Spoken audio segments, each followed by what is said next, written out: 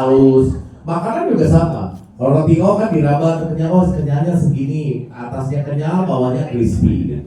Foto juga sama, kalau mau nyetak tuh ada yang apa gitu, itu juga bisa. Indra peraba, ya.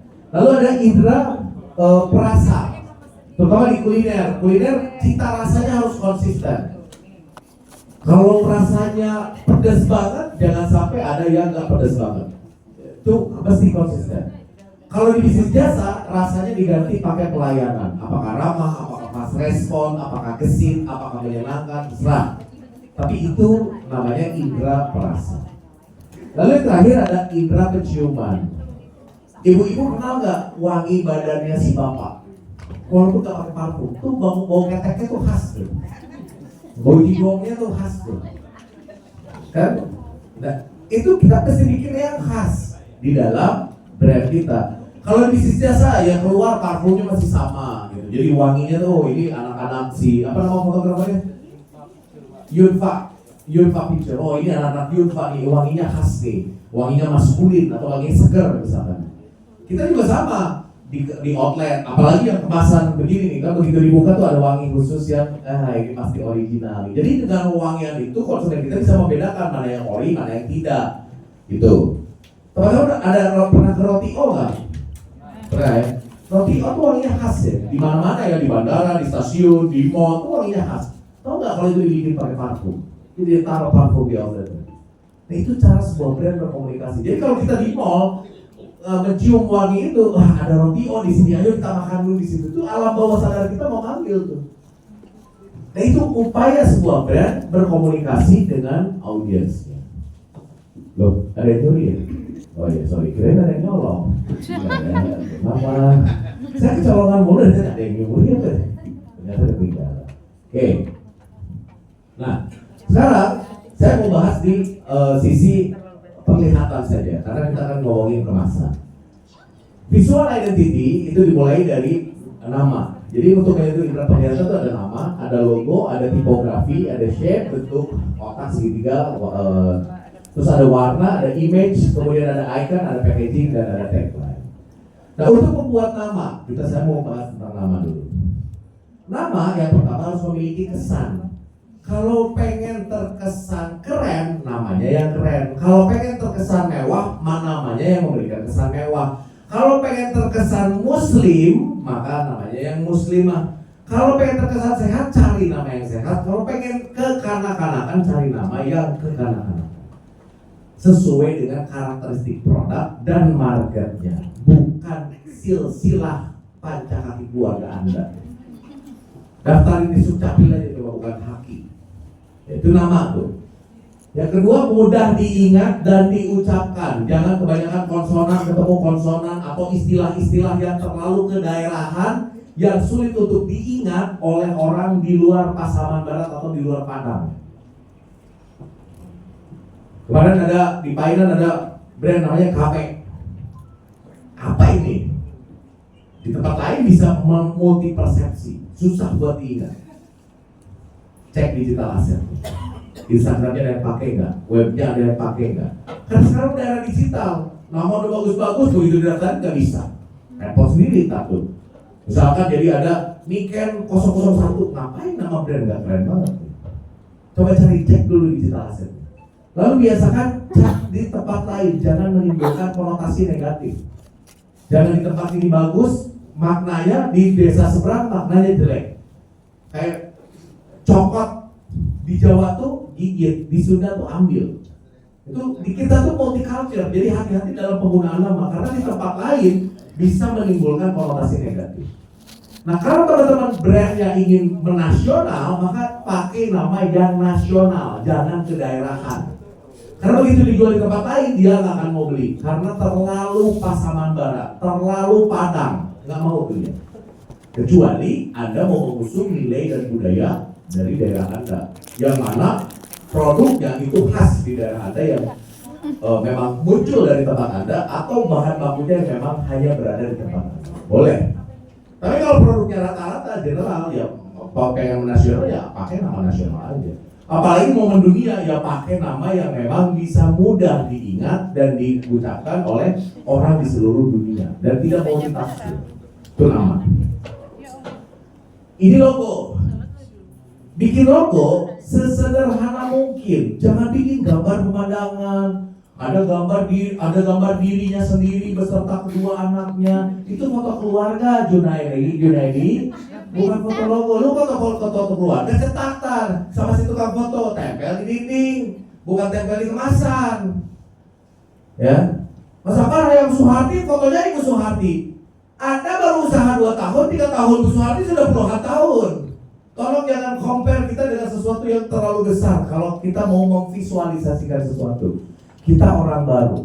Saran saya, nggak usah pakai logogram kayak gini, pakai simbol-simbol gitu.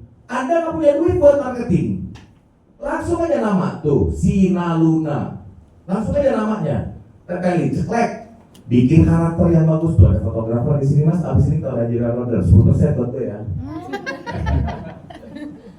Cari yang mengerti tentang desain, bikin karakter dari hurufnya yang sesuai dengan karakter kita, sehingga mudah dibaca, mudah diingat. Jadi kalau teman-teman melakukan proses branding, di kemasan gampang kebaca, bikin seragam langsung kebaca, bikin kartu nama kebaca. Karena langsung to the point pada nama brandnya, nggak usah pakai logo-logo, ya, nggak usah pakai logogram ribet. Anda belum punya duit banyak untuk memperkenalkan sebuah simbol. Oke? Warna pilihlah warna yang sesuai dengan karakter atau kesan yang diinginkan oleh si brandnya. Ini logo perusahaan besar. Perusahaan besar aja sadar bahwa dia harus mempunyai identitas yang kuat. Maka logo adalah wajah perusahaan, karena dia selalu nempel di mana-mana. Ada event muncul logonya, di seragam ada logonya, mobil kantor ada logonya, ada neon box ada logonya. Sekarang kalau Anda bikin logo ngasal, mau nggak? Bu ibu ini terutama keluar rumah tapi nggak make up, mau nggak? Mau? Oh iya oke. Guys. Nih, jangan merusak sosial, ini lagi mau bangun emosi ceritanya.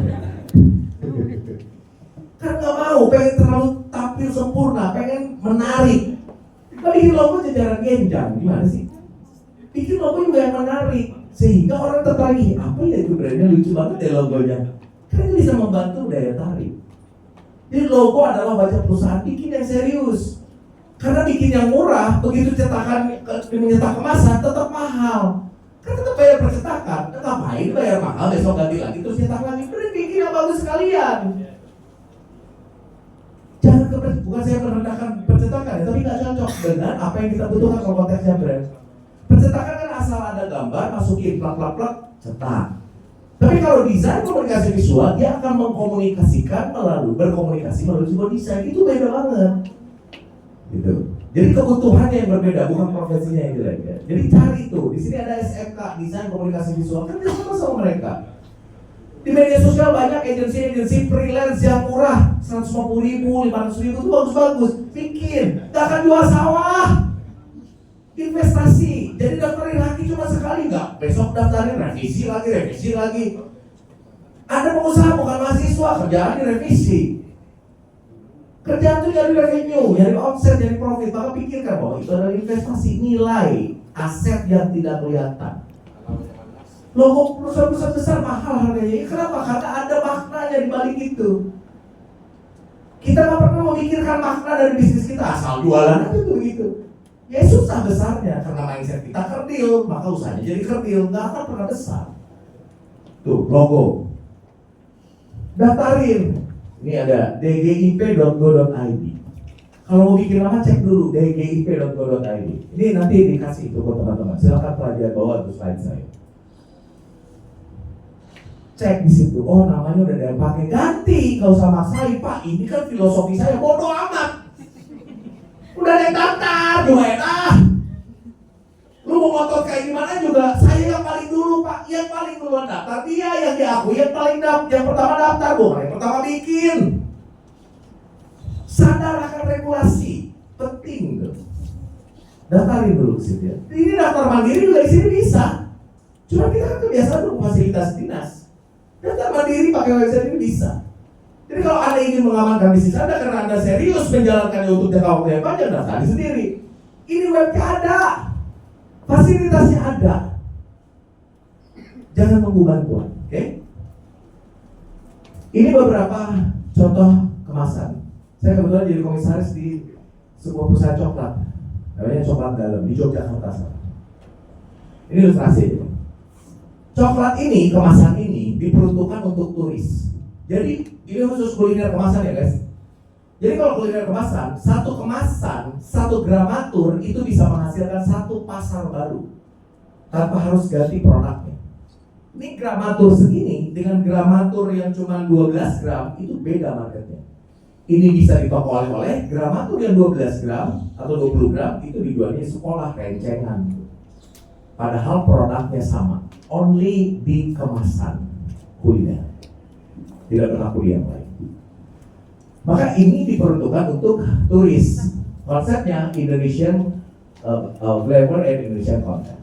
Jadi menceritakan tentang budaya Jogja supaya turis yang datang ke situ beli coklat sambil mengenal budaya Jogja. Nih, batik-batik Jogja. Jadi orang tidak hanya menikmati coklatnya, tapi menikmati cerita Yogyakarta. Jadi kalau kemasan Anda ada cerita tentang pasamannya, orang akan datang ke sini beli oleh-oleh bukan karena ini enak doang, tapi ada cerita tentang pasamannya yang orang mungkin nggak punya literasinya. Saya baru tahu ada kota bernama Pasaman Barat. Baru tahu saya. Kemana aja saya? Ajakin saya sini besok ya. Saya belum ke pantai. Ajakin, please. Gitu, ceritain tuh. Gak usah cerita pakai tulisan. Ini ceritanya kan batik. Kan bisa aja ambil simbol di sini, ada simbol apa masukin ke sini, lalu ceritain. Ceritanya nggak perlu di kemasan. Kemasannya kan cuma batik ini. Mas Akmal mau ceritain Jogja gimana? Ada namanya teknologi namanya sosial media.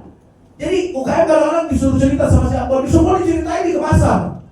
Sampai silsilah keluarganya diceritain. Enggak gitu juga bos. Di kemasan yang penting saja, yang valuable. Selebihnya yuk campaign-nya jadi media sosial. Karena tidak semua material kemasan kan terbatas. Jadi yang penting-penting aja di situ. Yang sisanya silakan di media sosial. Nah, ini kalau mau pindah market ke premium, kemasannya juga ganti. Namanya juga ganti. Ini namanya jadi Bonbins, nggak lagi dalam. Kenapa? Karena dalam untuk turis. Bonbins untuk orang yang peduli tentang kesehatan. Santika untuk keluarga. Tapi kalau bapak-bapaknya lagi merantau, pakainya Amaris. Dua-duanya Santika. Begitu caranya, guys. Jangan ditumplakin semua dalam satu wadah. Konsumen capek, Anda capek, habis modal. Besok mengeluh lagi, Pak habis modal. Gua kasih modal, you bingung usaha apa. Gitu aja terus sampai tua. Oke? Jadi kemasan adalah brand ambassador kita. Jadi 7 dari 10 pembeli mengatakan bahwa tampilan kemasan mempengaruhi keputusan membeli untuk suatu produk. Kadang-kadang kita membeli bukan karena produknya enak. Kan kita belum nyobain ini produknya enak, betul? Ini juga kalau dikemas pakai dus kita juga belum tahu ini produknya sebagus apa. Tapi dengan kemasan dia bisa membantu memberikan percepatan keputusan membeli pada konsumen. Baik, teman-teman, karena keringat saya sudah mulai bercucuran, saya sudah mulai keluh di sini.